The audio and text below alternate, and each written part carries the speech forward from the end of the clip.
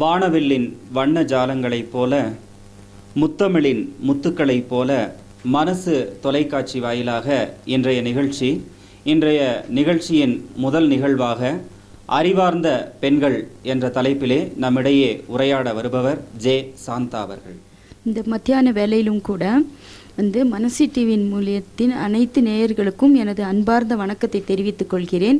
மனசு டிவி நேயர்கள் அனைவருக்கும் இந்த மத்தியான வேளையில் சந்தோஷத்தோடு ஒரு சிறிய தொகுப்பாக அறிவுள்ள பெண்மணி என்கிற தலைப்பில் நான் இப்பொழுது பேச வந்துள்ளேன். அறிவுள்ள பெண்மணி என்று சொன்னால் புத்தியுள்ள ஸ்திரீ என்று கூட சொல்லலாம். பரிசுத்த வேதாகமத்திலே ஒரு வார்த்தை இப்படியாக உள்ளது: புத்தியுள்ள ஸ்திரீ தன் வீட்டை கட்டுகிறாள், புத்தி இல்லாதவளோ தன் கையாலே அதை இடித்து போடுகிறாள் என்று சொல்லிட்டு பரிசுத்த வேதாகமத்திலே ஒரு வார்த்தையை நாங்கள் பார்க்கிறோம்.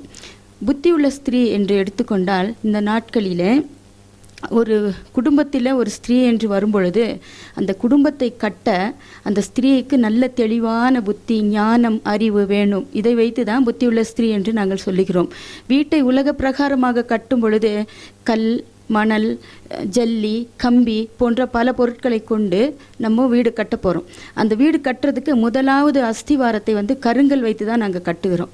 அந்த கருங்கல் வீட்டை கட்டுறதுக்கு அது மிகவும் முக்கியமான ஒரு அடித்தளமாக இருப்பது போல புத்தியுள்ள ஸ்திரீ குடும்பத்தை கட்டுவதற்கு அன்பு என்ற அஸ்திவாரம் கருங்கல் போல இருக்க வேண்டும். அப்படி இருந்தால் மட்டும்தான் அந்த குடும்பத்தை கட்டி அவளால் எழுப்ப முடியும். எத்தனை சோதனைகள், பாடுகள் வந்தாலும் கூட அவளால் அந்த வீட்டை நிம்மதியாக நடத்த அவளுக்கு ஞானம் கிடைக்கும். முதலாவது செங்கல், கம்பி, தண்ணீர், இந்த பொருள்களெல்லாம் வைத்து தான் நம்ம வீட்டுக்கு தண்ணி எப்படி இருந்தாலும் வீடு கட்டுறதுக்கு சிமெண்ட்டு கலவெல்லாம் கலக்கிறதுக்கு தண்ணீர் வேணும். அதுபோல் வாழ்க்கைக்குரிய ஒவ்வொரு காரியத்திற்கும் தண்ணீர் முக்கியம் எப்படியோ அதே போல் அந்த ஸ்திரீக்கு அன்பு, அவளுடைய நிதானம், ஞானம், அறிவு இவை எல்லாமே முக்கியமாக இருக்கும் பொழுது தான் ஒரு ஸ்திரீ குடும்பத்தை நல்ல நிலைக்கு கொண்டு வர முடியும். வாழ்க்கை என்ற வீடு கட்டப்பட ஒரு பெண்ணுக்கு எந்த கைமாறும் எதிர்பார்க்கக்கூடாது. இப்போ இந்த உலகத்தில் அன்பு இல்லாத உலகம் இது. முதல் போல் அல்ல, முன்னோர்கள் வாழ்ந்த வாழ்வு அல்ல. இப்பொழுது மிக வேகமாக போய்கொண்டிருக்கிற இந்த நாட்களிலே குடும்பத்தை கட்ட எந்த கைமாறு, எந்த விதமான எதிர்பார்ப்பு எதுவுமே இல்லாமல் தியாக உள்ளத்தோடு குடும்பத்தை கட்டும்போது மட்டும்தான் அந்த குடும்பம் செழித்திருக்கும் என்று சொல்லி நான் இந்த நேரத்தில் சொல்லுகிறேன். புத்தியுள்ள ஸ்திரீ அப்படியாக குடும்பத்தை கட்ட தியாக உள்ளத்தோடு இந்த நாட்களில் இருக்கும் பொழுது அவளுடைய வீடு கட்டப்படும். அடுத்தபடியாக வாழ்க்கை என்ற வீடு கட்டப்பட இப்போ நம்ம ஒரு பயிர் இருக்கிறது, 12 வருஷத்திற்கு ஒரு முறை வளரக்கூட மலர் கூட இருக்கிறது. அது அந்த 12 வருஷத்துக்கு ஒரு முறை தான் அந்த பூ வளரும். அதே போல் உருளைக்கிழங்கு, கேரட்டு, காய்கறி, விவசாயத்தில் இன்னும் எத்தனையோ விதமான தானியங்கள் வளர்வதற்கு ஒரு கால அளவு குறிப்பிடப்பட்டுள்ளது. 3 மாதத்து பயிர், 1 வருட பயிர், 6 மாதத்து பயிர் என்று. ஆனால் 1000 காலத்து பயிர் என்று சொல்லப்படுவது ஒன்றே ஒன்று என்ன என்று சொன்னால் வாழ்க்கை. அந்த 1000 காலத்து பயிர் ஒரு அவ்வளவு சீக்கிரமாக யாராலும் அழிக்க முடியாது. அதனால் 1000 காலத்து பயிரை வளர வைக்க வேண்டும் என்று சொன்னால் மிகவும் நிதானம் தேவை ஒரு பெண்ணுக்கு. அப்படிப்பட்ட பெண்ணு தான் புத்தியுள்ள ஸ்திரீயாக இருக்க முடியும். நம்ம பார்க்கிற பொழுது தானத்தில் சிறந்தது எது என்று கேட்டால் கண்தானம் என்று சொல்வார்கள். இன்னுமாக அன்னதானம் என்றெல்லாம் கூட உள்ளது. ஆனால் தானத்தில் சிறந்தது எது என்று சொன்னால் நிதானம் தான் மிகவும் முக்கியம். அந்த நிதானம் இருந்தால் மட்டும்தான் குடும்பத்தை நடத்த முடியும். இந்த நாட்களிலே வண்டி மிக வேகமாக ஓடிக்கொண்டிருந்தால் அது எதிர்பாராத விதமாக பல பிரச்சனைகளை சந்திக்க நேரிடும். அதே போல் வாழ்க்கை வண்டியின் 2 சக்கரங்கள் போல ஒரே மாதிரியாக போனால் மட்டும்தான் வாழ்க்கையை நிம்மதியாக நடத்த முடியும். அப்படி தான் புத்தியுள்ள ஸ்திரீகள் இருக்க வேண்டும். இந்த நாட்களிலே ஸ்திரீகள் குடும்பத்தில் இருக்கும் பொழுது தன் கணவனுக்கு, பிள்ளைகளுக்கு எல்லா காரியத்திலும் அவர்கள் கொடுக்க வேண்டிய ஒவ்வொரு கடமையும் எந்த எதிர்பார்ப்பும் இல்லாமல் நிச்சயமாக பண்ண வேண்டும். ஏனென்று சொன்னால் இந்த நாட்களிலே அவர்கள் ஒரு டீச்சராக, பிள்ளைகளுக்கு டீச்சராக இருக்க வேண்டும். அவர்கள் பிள்ளைகளை எல்லா விஷயத்திலும் நடத்த வேண்டிய வழியிலே கவனமாக நடத்த வேண்டும். அப்படி நடத்தும் போது மட்டும்தான் அந்த பிள்ளைகள் எதிர்காலத்திலே சாட்சியுள்ள வாழ்க்கை வாழ முடியும். இக்காலத்திலே பெண் பிள்ளைகளானாலும் சரி, ஆண் பிள்ளைகளானாலும் சரி, அவர்களுடைய முதலாவது அவர்களுடைய ஒழுக்கங்கள், டிசிப்ளின் என்பது மிக மிக முக்கியம். அந்த டிசிப்ளின் அவர்களுக்கு நல்ல வகையிலே நாம் கொடுத்தால்தான் ஒரு புத்தி உள்ள ஸ்திரீ கொடுத்தால்தான் அந்த பிள்ளைகளுடைய வாழ்க்கை செழிப்பாக இருக்கும். கீழ்ப்படிதல் எங்கு உண்டோ அங்கே அவர்களுக்கு மேல்படி உண்டு. கீழ்ப்படிதல் இல்லாத பட்சத்திலே மேல்படி நிச்சயமாக கிடைக்கவே கிடைக்காது. அந்த புத்தியுள்ள ஸ்திரீ எப்படி என்றால் தன்னுடைய பிள்ளைகளுக்கு கீழ்ப்படிதலை முதலாவது கற்றுக் கொடுப்பாள். பிறகுதான் உலக பிரகாரமான படிப்பு வேலை எல்லாம். கீழ்ப்படியும் பொழுது, ஒழுக்கத்தோடு இருக்கும் பொழுது உலகத்தின் சகல நன்மைகளும் அந்த பிள்ளைகளுக்கு பின்தொடரும்.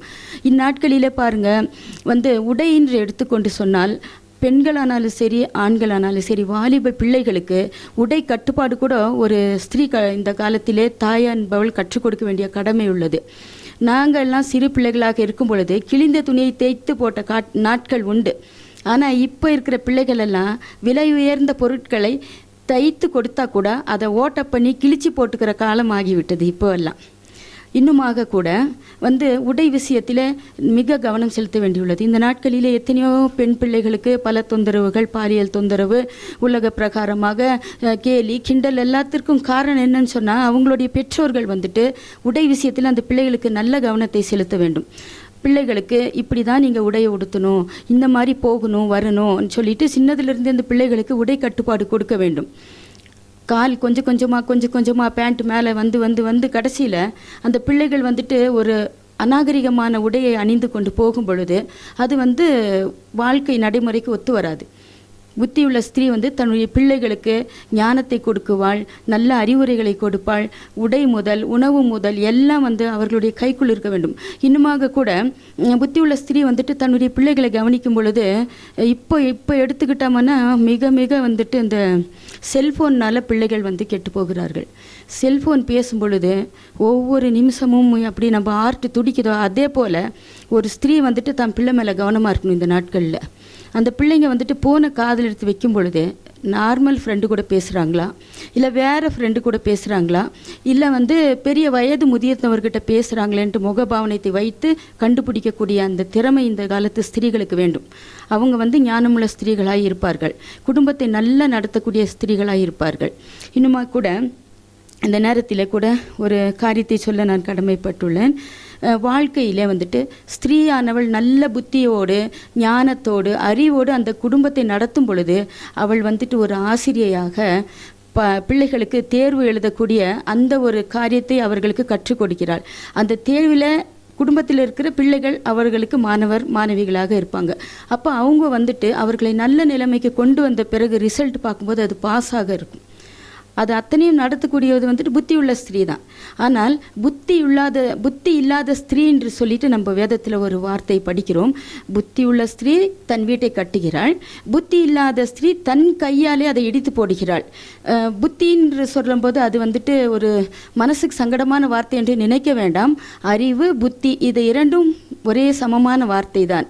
புத்தி இல்லாத ஸ்திரீ எப்படி என்று சொன்னால் அவங்க தன் கையாலே அதை இடித்து போடுகிறாள் என்று சொல்லுவதை விட தன் வாய், நாக்கு, தன்னுடைய செயல் எல்லாவற்றாலும் சேர்ந்து அவளுடைய வாழ்க்கை இடித்து போடுகிறாள் என்று தான் நான் இந்த நேரத்திலே சொல்ல முடியும். ஏனென்று சொன்னால் இந்த நாவு மிக மிக மிக மிக பொல்லாதது. நாவு எந்த வேலை வேணுனாலும் செய்யும். ஏன்னா அந்த நாவின் கீழே அதிகாரம் இருக்கிறது. நல்லது சொல்கிறதுக்கும் அதிகாரம் இருக்கிறது, தீயது சொல்லுகிறதற்கும் அதிகாரம் இருக்கிறது. அதனால நான் இவ்வளோ நேரத்துக்கு முன்னாடி சொன்னது அத்தனையும் புத்தி உள்ள ஸ்திரீகள். இப்போ சொல்கிறது எப்படின்னு சொன்னால் புத்தி இல்லாத ஸ்திரீகள். புத்தி இல்லாத ஸ்திரீகள் எப்படின்னு சொன்னால் நான் முதல் சொன்னேன் இல்லைங்களா, குடும்பத்தில் கணவனுக்கு பிள்ளைக்கு மற்றுமாக கடமைகளுக்கு எந்த தியாக உள்ளத்தோடு எதையும் எதிர்பார்க்காமல் எப்படி அவர்கள் தங்களுடைய குடும்பங்களுக்கு ஒரு கைமாறு எதிர்பார்க்காமல் தியாக உள்ளத்தோடு செயல்படுகிறார்களோ அவையெல்லாம் வைத்து அவர்கள் புத்தியுள்ள ஸ்திரியாக இருப்பாங்க. அது அத்தனை இல்லாதவங்க புத்தி இல்லாத ஸ்திரியாக இருப்பாங்க, அறிவில்லாதவர்களாக இருப்பார்கள். அவர்கள் கடமையை தவறுவார்கள். குடும்பத்தின் மேலே அக்கறை கொஞ்சம் இருக்கும் கொஞ்சம் இருக்காது. அப்படியெல்லாம் இருக்கக்கூடாது. அது என்ன ஆயிட்டாலும் நம்ம கையில் கடவுள் கொடுத்துட்ட வாழ்க்கை இது, நம்ம அதை நடத்த வேண்டியது நம்மளோட கடமை என்று சொல்லி புத்தி உள்ள ஸ்திரீகள் நடத்துவார்கள். புத்தி இல்லாத ஸ்திரீகள் கொஞ்சம் வேறுபாடாக இருப்பார்கள். அவர்கள் முதலாவது வைக்க வேண்டியது என்னவென்று சொன்னால், கடவுளை யாரும் நேருக்கு நேராக இது வரைக்கும் பார்த்துருக்க முடியாது. ஆனால் யார் சொன்னாலும் நமக்கு மேலே ஒருத்தர் இருக்கான், நமக்கு மேலே ஆண்டவர் இருக்கார் என்று எப்படியாப்பட்ட ஒரு ஜனங்கள் மத்தியிலும் அந்த வார்த்தை உண்டு. அதனால் கடவுள் பயம் என்பது ஒரு ஸ்திரீக்கு முக்கியமாக தேவை. அது புத்தி உள்ளவர்களானாலும் சரி, புத்தி இல்லாதவர்களுக்கானாலும் சரி, கடவுள் ஒருவர் இருக்கிறார். அவருடைய பயம் இருந்தால் மட்டும்தான் அந்த குடும்பத்தை நல்ல நிலைமைக்கு கொண்டு வர முடியும்.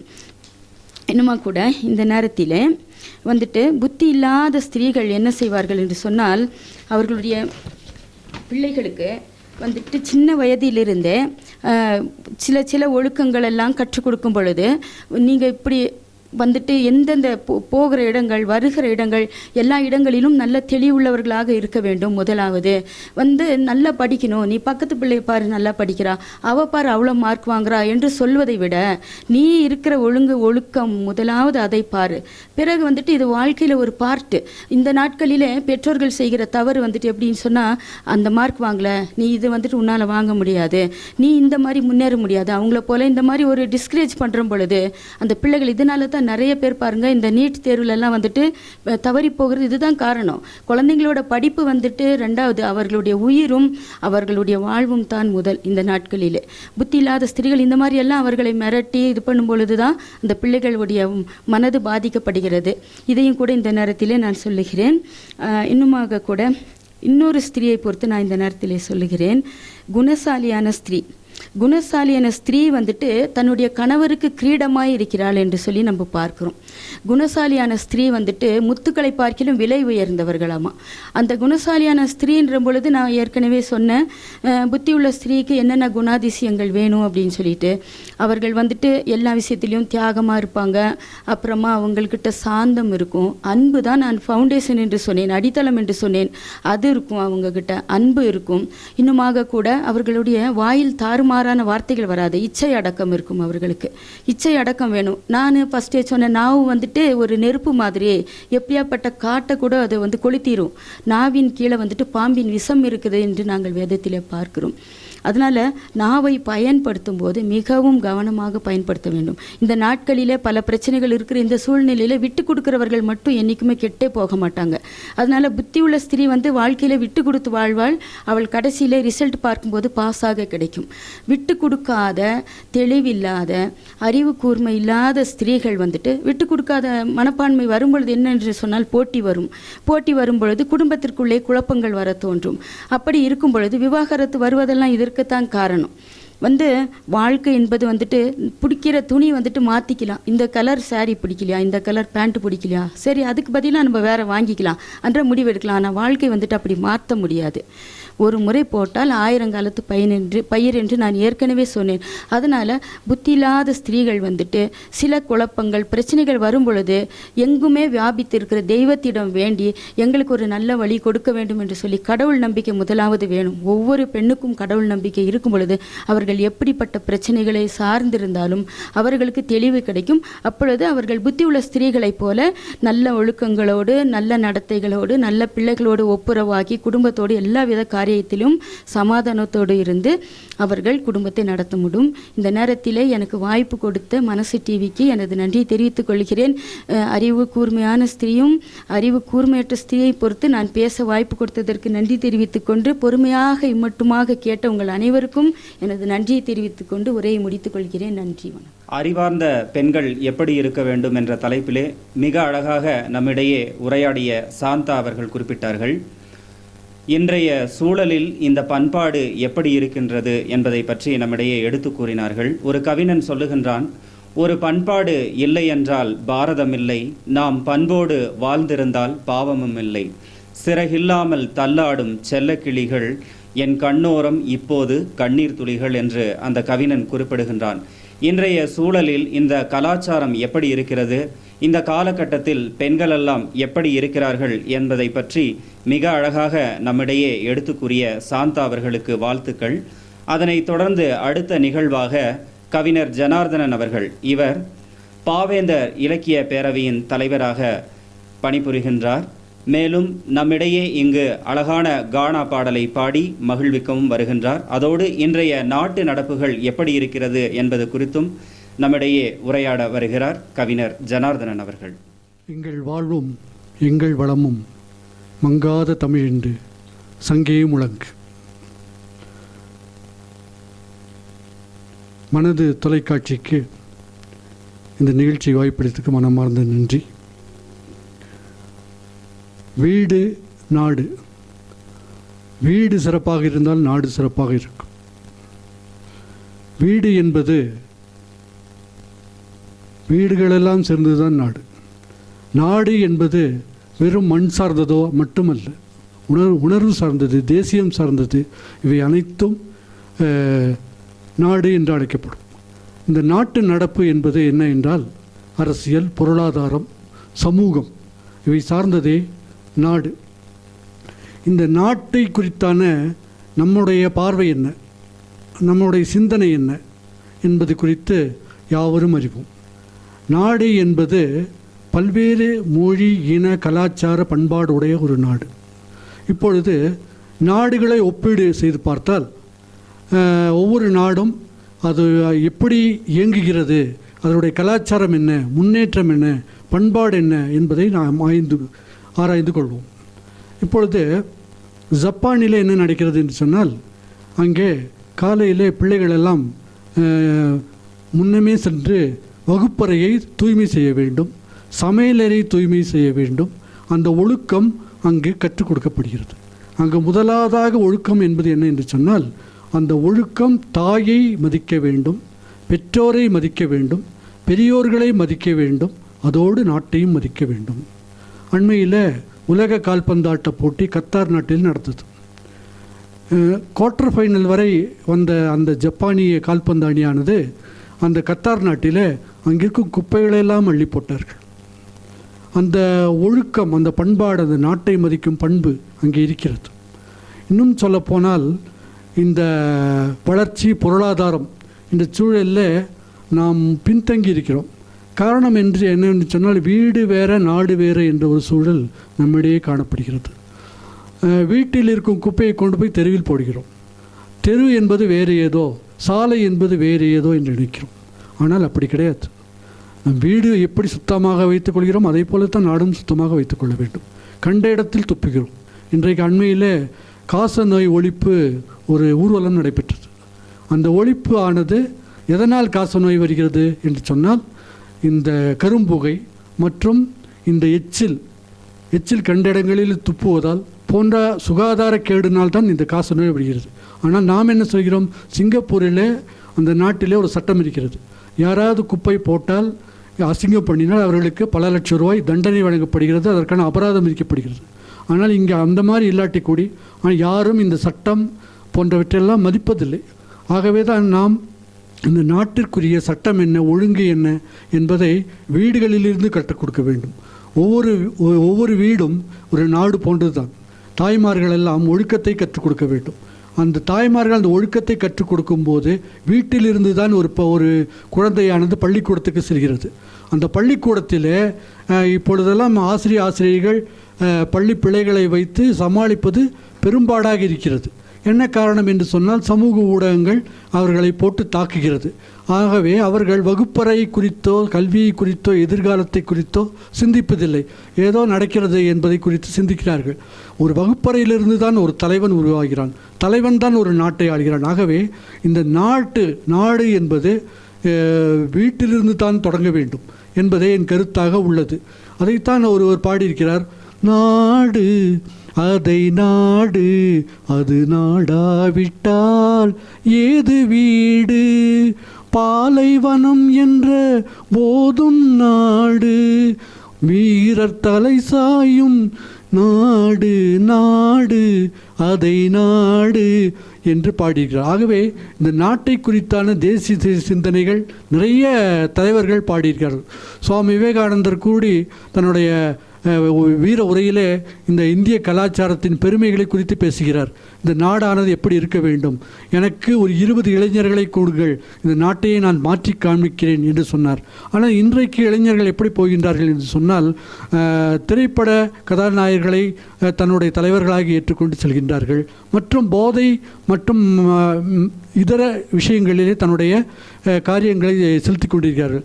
இது நாட்டிற்கு அழகான விஷயம் அல்ல. இவற்றையெல்லாம் கண்காணிப்பு கண்காணிப்பதற்கு எத்தனையோ விஷயங்கள் இருக்கிறது. இன்றைக்கு இந்த அரசியல் சாசனம் சட்டம் என்ன சொல்கிறது, நமக்குரிய உரிமைகள் என்ன, வாக்கு ஏன் அளிக்க வேண்டும், வாக்களிப்பதனால் என்ன பயன், வாக்காளரின் கடமை என்ன, ஒரு தலைவரின் கடமை என்ன, தலைவரை நாம் எப்படி கண்காணிப்பது போன்ற விஷயங்கள் நிறைய விஷயங்கள் இருக்கிறது.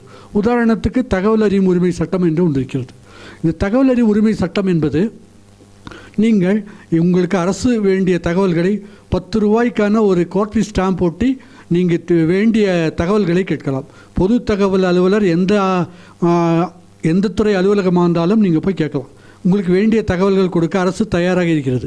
ஆகவே இந்த அரசு நடைமுறைகளை, நாட்டு நடப்புகளை நாம் தெரிந்து கொள்ள வேண்டும், செய்தித்தாள்களை படிக்க வேண்டும், மற்றும் நிறைய விஷயங்களை தெரிந்து கொள்ள வேண்டும். இன்றைக்கு நிறைய இந்த டிஎன்பிசி மற்ற இந்த ஐஏஎஸ் ஐபிஎஸ் எக்ஸாமில் யாருக்குமே இந்த பொது அறிவு குறித்தான சிந்தனையே கிடையாது. ஏன்னா அவங்க செய்தித்தாள் வாசிக்கிறதில்ல. ஆகவே இந்த செய்தித்தாள் வாசிக்க வேண்டும். தலைவனை மாற்றக்கூடிய தகுதியும் பண்பும் நமக்கு இருக்கிறது. ஆகவே இந்த நாடு தான் நமக்கு முக்கியம். ஆகவே நாட்டை குறித்து நம்முடைய சிந்தனை மேம்பட வேண்டும். அதை குறித்தான நாடை குறித்து நாம் ஒரு நல்ல விஷயத்தை மேம்பட வேண்டும். ஆகவே சொர்க்கம் என்பது நாம் வேற எங்கேயோ இறந்த பின்பு கிடையாது. சொர்க்கம் என்பது இங்கே என்பதை குறித்து ஒரு கானா பாடல். சொர்க்கம் எல்லாம் இங்கே தான், சுகபோகம் இங்கே தான், சொர்க்கலோகம் இங்கே தான், சுகபோகம் இங்கே தான், சொந்த பந்தம் இங்கே தான், சொத்து பத்தம் இங்கே தான், சொர்க்கலோகம் இங்கே தான், சுகபோகம் இன்பதான், இன்பத்துன்பம் இங்கே தான், இக வாழ்வு இங்கே தான், இன்பத்துன்பம் இங்கே தான், இக வாழ்வு இங்கே தான், சொர்க்கலோகம் இங்கே தான், சுகபோகம் இங்கே தான், அன்பு கருணை இங்கே தான், ஆதரவும் இங்கே தான், அன்பு கருணை இங்கே தான், ஆதரவும் இங்கே தான், சொர்க்கலோகம் இங்கே தான், சுகபோகம் இங்கே தான், சொர்க்கலோகம் இங்கே தான், சுகபோகம் இங்கே தான், சொர்க்க நரகம் நாமே தான், சொர்க்க நரகம் நாமே தான், செத்து போனா விட்டுடந்தா, செத்து போனா விட்டுடந்தா, சொர்க்கமெல்லாம் இங்கே தான், சுகபோகம் இங்கே தான். சொர்க்கம் என்பதும் இங்கேதான், நரகம் என்பது எங்கு உள்ளது என்பதை குறிப்பிடக்கூடிய வகையிலே அழகான கானா பாடலோடு ஜனார்தனன் அவர்கள் முடித்தார். அவர் குறிப்பிட்ட ஒரு செய்தி, ஒரு தலைவன் எங்கு உருவாகின்றான், நம்முடைய வீட்டில்தான் உருவாகின்றான். நம்முடைய வீடு தூய்மையாக இருந்தால் இந்த நாடு தூய்மையாக இருக்கும். ஆகவே ஒரு தலைவன் எந்த இடத்தில் அவன் உருவாகின்றானோ அந்த இடம் சிறப்பாக அமையும். இல்லத்திலிருந்து தான் உருவாக வேண்டும் என்ற நல்ல ஒரு கருத்தையும் இங்கு சொல்லி அழகான கானா பாடலையும் பாடி நம்மையெல்லாம் மகிழ்வித்த ஜனார்தனன் அவர்களுக்கு வாழ்த்துக்கள். அதனை தொடர்ந்து சிஎஸ்ஐ என்ஜினியரிங் காலேஜிலிருந்து வருகை புரிந்திருக்கின்ற ப்ரொஃபஸர் விஜயராஜ் அவர்கள், இவர் ஊடகங்களின் நன்மைகளும் தீமைகளும் என்ற தலைப்பில் கவிதை வாசிக்க வருகின்றார். அதோடு த செஞ்சுரி உமன், பெண் எப்படி இருக்க வேண்டும் என்ற தலைப்பிலேயும் உரையாட வருகின்றார். வாருங்கள் விஜயராஜ் அவர்களே. A very warm good evening to one and all who is watching this Manasu TV. I am extremely happy to come over here to talk about this century woman through an English speech. So, woman, that particular word says who she is. Who is she for man? That is called woman. So, if I am going to break that particular word into syllables, who, man. So, who she is for mankind. So I would like to say woman is wonder of mankind. And why do I say woman as wonder of mankind is because she has so much responsibilities in this world. And this century women are so different, and I'm going to just give you some explanations like how a woman should be. And this is not a criticization on any part, so don't take all of these words very hard. These are just a small suggestions in which you can improvise. So nowadays, woman, so there are 5 letters in that particular word. So W stands for wild. How this century women are, they are all wild. I'm not telling all women are wild, but some women are wild. And why do I say wild? Because women do some wild things nowadays. So whenever we open up the news, you can see, women's killing somebody, women's killing their own child, and having some extramarital affairs. So they tend to do some of the wild things nowadays. And even wild things, it doesn't stop over there. There are so many killings that they do. So once in a while, incident happened in Kerala. I think all of you might be knowing it. one woman killed nearly 5 to 6 persons in the same home because of her extramarital affair, including a small infant also. So why do I say women are wild is because of these reasons. But how a woman should be, the same W says wise. A woman should be wise. What do you mean by wise? Wise means a person who is very good in knowledge, who can sense things around. That is called wise. And next letter is O. So the women of this century are sometimes out of order, not all the times. So don't take it hard. And why do I say it as out of order is, so you can see nowadays, now once in a while when this corona happened, right, all those shops were closed, and all of a sudden they opened all the shops. In that shop, one important shop got opened. It is the wine shop, in which I saw in Bangalore and in Mumbai, there were so many women. It is like standing in a queue to just get the liquor. I don't say it is wrong. Sometimes it is wrong. So when you get addicted to it, it is wrong. So some of the women nowadays, they are out of order. And how a woman should be, one more letter O that says they should be a good observer. What do you mean by observing? Observing means knowing things around. So wherever you go, you'll have to see who's observing you and what kind of observation they produce around you. You'll have to see to that. So if you are able to observe something and to find something, then you are, actually having awareness about that particular area. So you should be a very good observer. And the third letter, the middle letter, okay, that is M. And how a woman should be is, she should be a valuable mother. So nowadays, I see a lot of mothers, they are good, but at the times, okay, they are addicted to serials. Okay, they don't see or look after their own children sometimes because they are busy watching the TV, and they even forget to cook sometimes. So many places, right, nowadays Zomato is there, and other persons who can serve food at your doorstep are there. So what they do is they just take the mobile and just click some food and they just eat. So nowadays mothers are not doing their works sometimes accurately. But instead, how a bad mother is like, so sometimes they are even mischievous. What do you mean by mischievous is doing some activities that are not of their nature. So whenever you see a woman, okay, they are the persons who are carrying this world. You and me are existing in this world because of them, because they grew us up. But sometimes they do even the mischievous things. What do you mean by mischievous? Some people start cheating their own relations. So this is called mischievous. So a good woman should not be a mischievous woman. And there are two more letters to go. A. So A stands for admirable. A good woman should be an admirable woman. And I can give you some examples. So one good example that I can say is Mother Teresa. So she was a woman who was so much admirable because of her services. So whenever I say don't think about the admiration that they that they give because of their color or because of their dress code, I'm not telling about that admiration. I'm telling about the admiration that basically follows on their character. So character in the sense, all women should have a loving heart. So nowadays, you can hardly see in news, right? Many women tend to be killers, many women abort children. These are all some of the killings that are happening day to day. So a woman should be a good admiration for everyone. And sometimes women are also like addicted. What do you mean by addiction? So it is not only the liquors in which the women are addicted nowadays, they are all even addicted to certain drugs. So these addictions actually will break them. And you can even see many of the women, right, in India, the statistics says, actually the women uses the mobile phone very much than a man. So they are even addicted to the mobile phones because of what? They are in a virtual world. And finally, letter N. So letter N is women should be a nice human being. But what about today's women? They are nice to see, but I don't know how far they are nice human being. And it is not a criticism that I am talking about. So nowadays, if you see any woman, they are very good and very nice in appearance. So the way they dress, They are looking very smart, that is fine, but how the world expects them is they are to be like a nice human being. And why do I say to be a nice human being? See, nowadays, mothers who actually grow up their children, they just leave their children to some other places, again a play school or somewhere else, and they just go beyond their own work.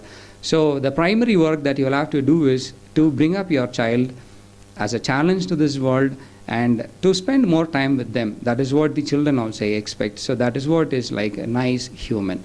So a woman should be with all of those positive characters, whatever that I said, and whatever the negative characters that I have suggested. Okay, if it is like you are removing all of them from your ways, after thinking after this, it will be good. So thank you for this wonderful time with the Manasu TV. Thank you. Vijayaraj sir, your speech is excellent. ரொம்ப அழகாக சொன்னார். ஆனால் பெண்கள் எல்லாம் எப்படி இருக்கணும் அப்படிங்கிறத பற்றி த செஞ்சுரி உமன் அப்படிங்கிற தலைப்பில் ரொம்ப அழகாக சொன்னார். அதில் ஒரு விஷயம் சொன்னார் பாருங்கள், அன்னை திரேசாவை பற்றி சொன்னார். அன்னை திரேசாவை பற்றி எல்லாருக்கும் தெரியும். அதை ஒரு கவிஞன் ரொம்ப அழகாக சொல்கிறாரு. கருவுற்றிருந்தால் ஒரு குழந்தைக்கு மட்டும்தான் தாயாக இருந்திருப்பார். கருவுறாமல் கருணையுற்றதால் 1000 குழந்தைகளுக்கு அன்னை திரேசா தாயாக இருக்கிறார் என்ற கருத்தை நம்மிடையே மிக அழகாக இங்கு மெய்ப்பித்து காட்டினார். அதோடு இன்றைய ஊடகங்கள் எப்படி சென்று கொண்டிருக்கின்றன, இன்றைய ஊடகங்களால் என்னென்ன நன்மைகளெல்லாம் இருக்கின்றன என்பது குறித்தும் மிக அழகாக உரையாடிய விஜயராஜ் சாருக்கு மிக்க நன்றி. அதனைத் தொடர்ந்து நீலமலை ஜேபி அவர்கள், இவர் 4 மொழிகளில் கவிதையை பாட இங்கு வருகை புரிந்திருக்கின்றார். கவிஞர் நீலமலை ஜேபி அவர்களை கவிதை பாட அதோடு வாழ்த்துரை வழங்கவும் அழைக்கின்றோம். பெற்ற தாயும் பிறந்த பொன்னாடும் நற்றவாணினும் நனி சிறந்தனவே. மனசு டிவி நேயர்களுக்கு முதலில் என் நெஞ்சார்ந்த மனமார்ந்த வணக்கங்களையும் நன்றிகளையும் தெரிவித்துக் கொள்கின்றேன். இங்கே நண்பராக இருந்து கொண்டு மனசு டிவியினுடைய இயக்கத்தை கவனித்து கொண்டிருக்கின்ற நண்பர் ராகுல்ஜி அவர்களுக்கும், அதைத் தொடர்ந்து சகோதரி கவிதா அவர்களுக்கும் முதற்கண் நன்றியையும் வணக்கமும் உரிதாக்கிக் கொள்கின்றேன். இங்கே அழகாக தொகுப்பு பாடம் நடத்தி கொண்டிருக்கிறார்கள். அது படம் என்று நாங்கள் எடுத்துக்கொள்ள வேண்டிய இப்படி அப்படி தொகுப்பு பாடம், அதாவது நாகராஜ் தொகுப்புரை, அழகாக தொகுப்புரை வழங்கி அவ்வப்போது நம்மளை எல்லாம் உற்சாகம் செய்து கொண்டிருக்கின்ற நாகராஜ் அவர்களே, நாட்டு நடப்பையும் கானா பாடலையும் யாரும் காணாத வகையில் கேட்காத வகையில் இங்கே அவர் பாடி ஸ்பீச்சிங் என்று சொல்லுவார்கள் ஆங்கிலத்தில், அதை பேசி இங்கே என்ன நடக்கிறது, நாட்டிலே உலக அளவில் இங்கே என்னென்ன நடக்கிறது, சிங்கப்பூரிலே என்ன நடக்கிறது, ஜப்பானிலே என்ன நடக்கிறது, எல்லா நடப்புகளையும் இங்கு சொல்லி நாம் எப்படி இருக்க வேண்டும், சுகாதாரத்திலே முத்திரை பதிக்க வேண்டும் என்றெல்லாம் அவர் தன்னுடைய உரையில் குறிப்பிட்டார். அருமையாக இருந்தது. அவரை தொடர்ந்து வந்த விஜயராஜ் அவர்கள் செஞ்சுரி உமன், நூற்றாண்டு பெண் எப்படி இருக்கின்றாள், எப்படி இருக்க போகிறாள், அவள் என்ன செய்து கொண்டு இருக்கிறாள் என்று ஆங்கிலத்தில் மிகவும் தெளிவாக ஒரு தட்டிட்டார். அவருக்கு எங்கள் அனைவர் சார்பிலும் congratulations Vijayaraj, keep it up என்கின்ற ஒரு வார்த்தையை சொல்லுகின்றேன். அப்புறம் பிறகு அவர் இந்த கவிதை ஊடகங்களின் நன்மைகளும் தீமைகளும் என்று ஒரு கவிதை படித்தார். அருமையாக இருக்குது. அது அந்த லேட்டஸ்டில் புது கவிதையினுடைய வடிவங்கள் அதில் உள்ளடக்கப்பட்டு எதுகை மோனை சரியாக வந்திருக்கிறது. நான் கவிதை எழுதும்போது கூட சொல்லுவார் விஜயராஜ், மாம் ப்ரோஸ் மாதிரி எழுதுறீங்களே நீங்கள், அப்படி அதான் கவிதை, நான் எழுதி காமிக்கிறேன் பாருங்கள் கவிதை அப்படின்ட்டு அடிக்கடி சொல்லுவாப்புல. இப்போ அவர் அந்த மாதிரி ஒரு நல்ல கவிதையை இங்கு வழங்கியிருக்கிறார். அதுக்கும் வாழ்த்துக்களை நான் தெரிவித்துக் கொள்கின்றேன். முதல் நிகழ்ச்சியில் புத்தி உள்ள ஸ்திரீ, புத்தி இல்லாத ஸ்திரீ என்கின்ற ஒரு தலைப்பிலே அருமையாக இந்த ஸ்திரீ என்னுடைய சகோதரி என்கின்ற ஸ்திரீ அவள் அருமையாக எப்படி இருந்தால் வீடும் நாடும் உருப்படும், குழந்தைகளை எப்படி வளர்க்க வேண்டும், எப்படி அவர்கள் அந்த ஊடக காலத்தில் உள்ள செல்போனை எப்படி உபயோகிக்க வேண்டும், கல்வி எப்படி உபயோகிக்க வேண்டும், ஆண் குழந்தையானால் எப்படி கற்றுக் கொடுக்க வேண்டும், பெண் குழந்தையானால் எப்படி கற்றுக் கொடுக்க வேண்டும், இப்படி இதெல்லாம் சொல்லி மிகவும் அருமையாக அவங்கள அடிச்சுக்கிறதுக்கு ஆளே இல்லை. அத்தகைய சிறப்பாக ஒரு உரையை இங்கே நிகழ்த்தியிருக்கிறார்கள். அதனைத் தொடர்ந்து நானும் வாழ்த்துறையாக சில வார்த்தைகளை சொல்லிவிட்டு 4 மொழி கவிதைகள் எழுதக்கூடியவன் நான் என்பதையும் பணிவாக சொல்லிக்கொண்டு பிறகு வருகிறேன். இன்றைக்கு பார்த்தீங்கன்னு சொன்னால் அந்தோனியார் சர்ச்சிலிருந்து ஜோசப் ஸ்கூல் அந்த குர்சடி வரைக்கும் சிலுவை பாதை தொடர்ந்து இருக்குது. கிறிஸ்தவர்கள் வருகிறார். ஏன்னா இது தவசு காலம், ஈஸ்டர் வருகிறது. ஆக இங்கே நம்ம இதெல்லாம் ஏன் பேசுகிறோன்னு சொன்னால் பொதுவாக இருக்க வேண்டிய எம்மதமும் சம்மதம் என்ற அடிப்படையில் தான் இந்த நிகழ்வுகளை எல்லாம் நாங்கள் கொண்டு செல்கின்றோம் என்ற ஒரு பணிவான வார்த்தை தெரிவித்து கொண்டு அந்த நிகழ்வை சொல்கின்றேன் நான். தேவமைந்தன் போகின்றான், தேவதூதன் போகின்றான், ஜீவ கடமை முடிந்ததென்று மீறி மைந்தன் போகின்றான். சாட்டை எடுத்தார் யூதரெல்லாம், அன்பை விரைத்தார் பூமி எங்கும், கண்ணை இழந்த யூதர்களே கர்த்தரும்மை காத்தருள்வார், கர்த்தரும்மை காத்தருள்வார். தேவமைந்தன் போகின்றான், தேவதூதன் போகின்றான், ஜீவக்கடமை முதிர்ந்ததென்று கண்மீறி மைந்தன் போகின்றான் என்ற பாடல் கேட்டபடி அவர் சிலுவையை சுமந்து சாட்டையால் அடிபட்டு சென்று இறந்து 3ஆம் நாள் வருகின்றார். அவர் மறுபிறப்பெடுத்து வருகின்றார். அந்த நிகழ்வை குறிக்கின்ற நிகழ்ச்சி இன்றைக்கு உதகையில் நடந்து கொண்டிருக்கிறது. ஆக இந்த நிகழ்வுகள் ஒவ்வொரு மதமும் ஒவ்வொரு மனிதனும் அவர்களெல்லாம் கடைப்பிடிக்க வேண்டும், பொறுமையை கடைப்பிடிக்க வேண்டும். உரையிலே, ஆங்கில உரையிலே விஜயராஜ் அவர்கள் மதர் தெரேசாவை குறிப்பிட்டார்கள் அல்லவா? மிகவும் சிறப்பான அந்த மாதிரி ஒரு அவதாரத்துக்காக இந்த உலகம் காத்திருக்கிறது. அந்த நிலையை இங்கே சொல்லி இந்த மனசு டிவி மனசு வச்சு நமக்கெல்லாம் நீங்கள் நிகழ்ச்சி கொடுக்குறீங்க, அதை நான் மனசார பாராட்டுறேன் என்பதை சொல்லிக்கொண்டு என்னுடைய 4 மொழி கவிதைகளை இங்கு வாசித்துவிட்டு இந்த நிகழ்வை நிறைவு செய்கின்றேன். முதலில் ஒரு படுகு ನೀಗೆಲ್ಲ ಇನ್ನು ಒಣಗ್ತಾ ಹೇಗಿಟ್ಟು ಈ ಕವಿತೆಯ ಹೇಗಿನೆ. ಮನಸ್ಸುಗೆ ಗವಾ ಬೀವಿ, ಕೈಯೊಗೆ ಕಾಸ ಬೀವಿ. ಮನಸ್ಸುಗೆ ಗವಾ ಬೀವಿ, ಕೈಯೊಗೆ ಕಾಸು ಬೀವಿ. ಗವಾ ಇದ್ದಲೇ ಮನಸ್ಸರು ನಟ್ರು ಆರ, ಗವಾ ಇದ್ದಲೇ ಮನಸ್ಸರು ನಟ್ರು ಆರ, ಕಾಸು ಇದ್ದಲೇ ಕಷ್ಟಗಾಲದುಗೆ ಒದವಿರ. ಮನಸ್ಸುಗೆ ಕತ್ತಲೆ ಆಲೆ, ಮನಸ್ಸುಗೆ ಕತ್ತಲೆ ಆಲೆ ಬೆಳಗ್ಗೆ ಬಿಪ್ಪುದು. ಮನಸ್ಸಿನ ಕತ್ತಲೆ ಏನಗಾರ, ಮನಸ್ಸಿನ ಕತ್ತಲೆ ಏನಗಾರ. ನಿಂಗೆ ನೆನಪು ಒಳ್ಳಿತ್ತು ಆಲೆ ಒಳಗವು ಒಳ್ಳಿತ್ತು ಆರ. ನಿಂಗೆ ನೆನಪು ಒಳ್ಳಿತ್ತು ಆಲೆ ಒಳಗವು ಒಳ್ಳಿತ್ತು ಆರ. ನಂಗವೆಲ್ಲ ಬದುಕಿಯೋ ಕೇಪದಿಲ್ಲ, ನಂಗೆಲ್ಲ ಬದುಕಿಯೋ ಕೇಪದಿಲ್ಲ. ತಲೆವರ ಬಂದು ಮಾಡೋದು ದಾರ. ದೇವರು ಅರ್ಧನ, ಮನಸ ಬೆವರ ಇಲ್ಲದೆ ಓನ. ದೇವರು ಅರ್ಧನ, ಮನಸ ಬೆವರ ಇಲ್ಲದೆ ಓನ. ಅಟ್ಟಿ ಜನವೆಲ್ಲ ಸೇರಿವಿ, ಅಟ್ಟಿ ಜನವೆಲ್ಲ ಸೇರಿವಿ, ಅರಕೋಲು ಆಟ ಆಡಿವಿ. ಸಂತೋಷ ಪಾಟು ಪಾಡಿವಿ, ಸಂಗಡವೆಲ್ಲ ಓರ ಕೇಳಿವಿ. ಅಟ್ಟಿ ಜನವೆಲ್ಲ ಸೇರಿವಿ, ಅರಕೋಲು ಆಟ ಆಡಿವಿ, ಸಂತೋಷ ಪಾಟು ಪಾಡಿವಿ, ಸಂಗಟವೆಲ್ಲ ಓರ ಕೇಳಿವಿ. ಬಪ್ಪದಾರಿ ಒಳ್ಳದಂಗೆ ಇದ್ದಲೇ ಓಪದಾರಿ ಒಳ್ಳಂಗೆ ಆರ. ಬಪ್ಪದಾರಿ ಒಳ್ಳದಂಗೆ ಇದ್ದಲೇ ಓಪದಾರಿ ಒಳ್ಳಂಗೆ ಇದ್ದ ಆರ.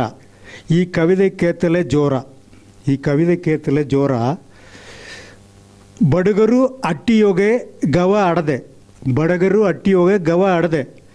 ಬಪ್ಪವಕ್ಕ ಇಬ್ಬವಕ್ಕ ಅರಿದು ಇರುವಿ, ಬಪ್ಪವಕ್ಕ ಇಬ್ಬವಕ್ಕ ಅರಿದು ಇರುವಿ.